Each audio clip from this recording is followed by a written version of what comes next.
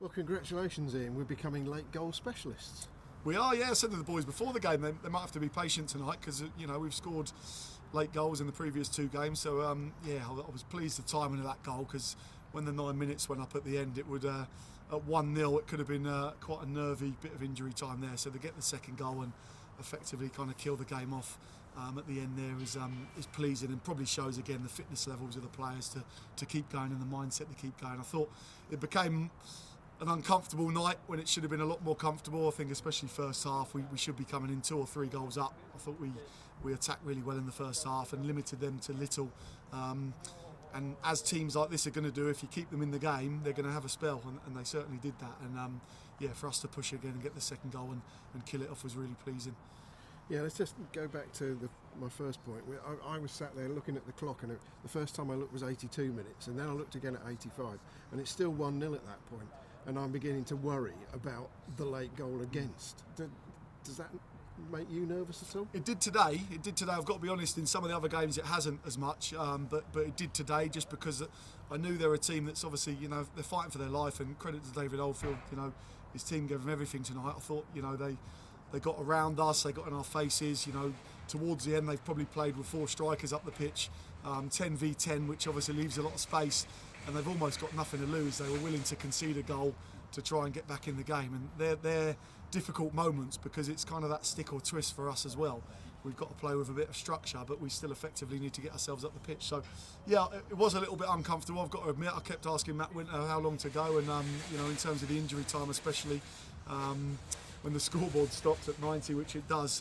So to get that goal when we did was quite key, and then I thought after that we managed it quite well, and it actually became a crazy kind of 5-6 minutes at the end where we probably should have scored another couple of goals. Yeah, I'll come to that in a minute if that's all right. First half, the first 20 minutes, absolutely battered them. Tyreek did he hit the bar? In the post, yeah. Jams had a terrific shot which stung the keeper's hands, and then Tyreek eventually scored, and it looked all set to be 2-3-0 maybe.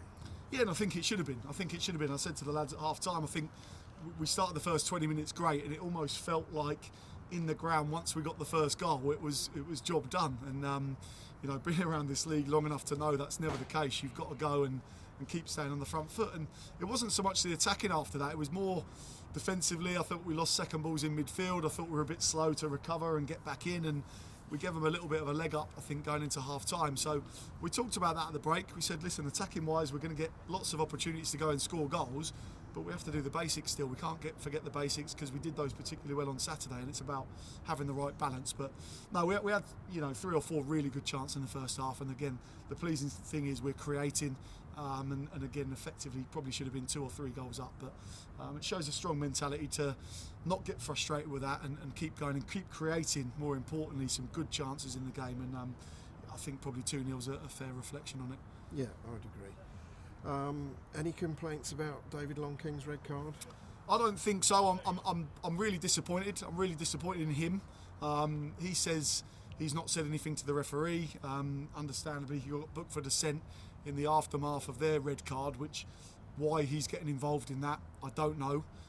So from that point of view, I'm really frustrated, because if you're a fullback and you're getting a yellow for dissent, you're then on a tightrope and you can't make a tackle, which then he had to try and make.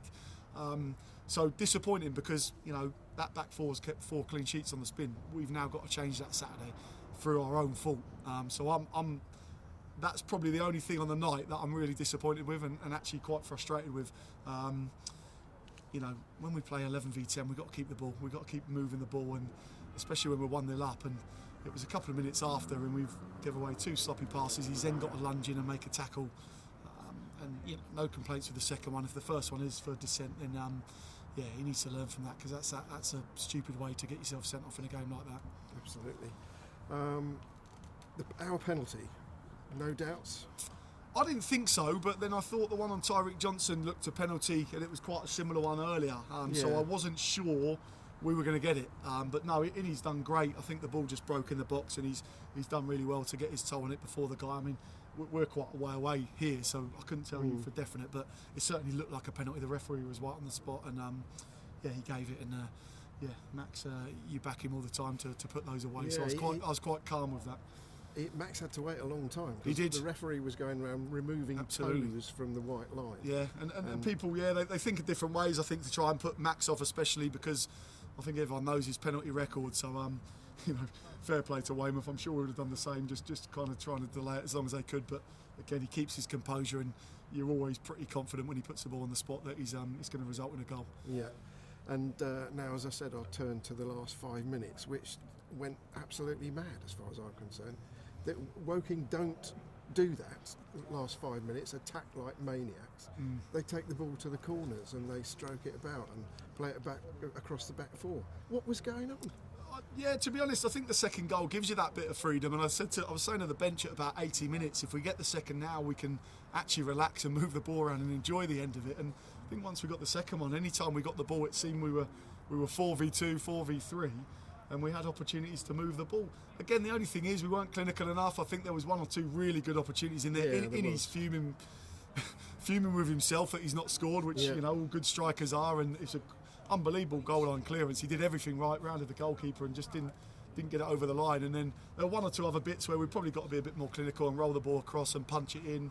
Again, I think everyone was desperate to get a goal at the end of it, but when you're 2-0 up in injury time, I guess you can take that chance of getting another one. And just been saying to Tom Champion, I mean, effectively I saw him overlap towards the end, and then not just overlap, but try and take the guy on 1v1. So he's had a bit of stick about that as well. But it shows the confidence. I think when you get yourself 2-0 up like that, it wasn't a nervy last couple of minutes, and we could keep attacking and try and entertain the crowd, and probably should have got a third one, to be honest. Yeah, what it shows to me as a sort of purist spectator is that doesn't seem to be any rules about you must take it in the corner and waste time. Yeah, I think, to be honest, it changes with 10v10 because there's so much space on the pitch, and it was almost attack was the best form of defence at the end of the game, and if you had the ball, you had a chance of scoring. If they had the ball, it was going to be open the other way. So certainly when it went 2-0, we wanted them to stay on the ball and try and do that, and they did that. And probably a little bit unlucky we haven't got a third one right at the end. Yeah, and finally,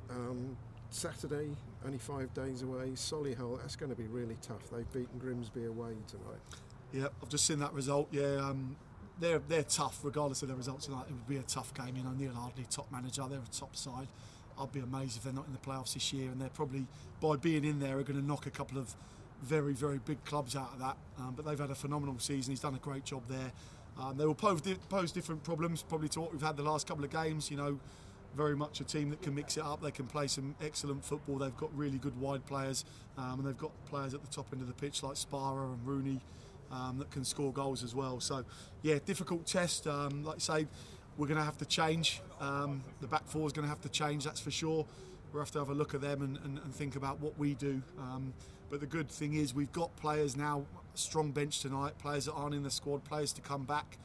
Lofthouse isn't a million miles away. Saturday's too close, but he's not miles away. Jermaine Anderson the same.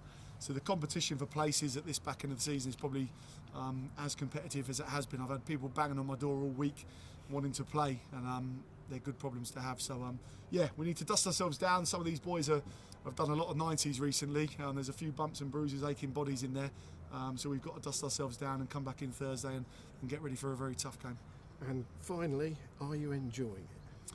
I am, I'm enjoying the wins. I'm enjoying the match days. Again, that 9 minutes was probably more enjoyable than the previous 90 that preceded it, because the games have been very tight, and I think it sums up the league that regardless of who you're playing, a team fighting for their lives at the wrong end of the table today.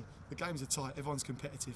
So you don't get to enjoy as much of it. I'd love to be a couple of goals up early and get to sit back and watch us play, but the games have been tight. But no, I'm enjoying working with the players. Like I said, when I first came in, it would have been easy for them to kind of down tools for me, because I've already been here, and to maybe at the back end of the season just see the kind of season out and wait for the summer. But we've had a good response, especially the last 4 games. I think 10 points in 4 games, 4 clean sheets, shows that the boys are fighting hard, and they've got that ambition to want to move up the table and finish as high as they can.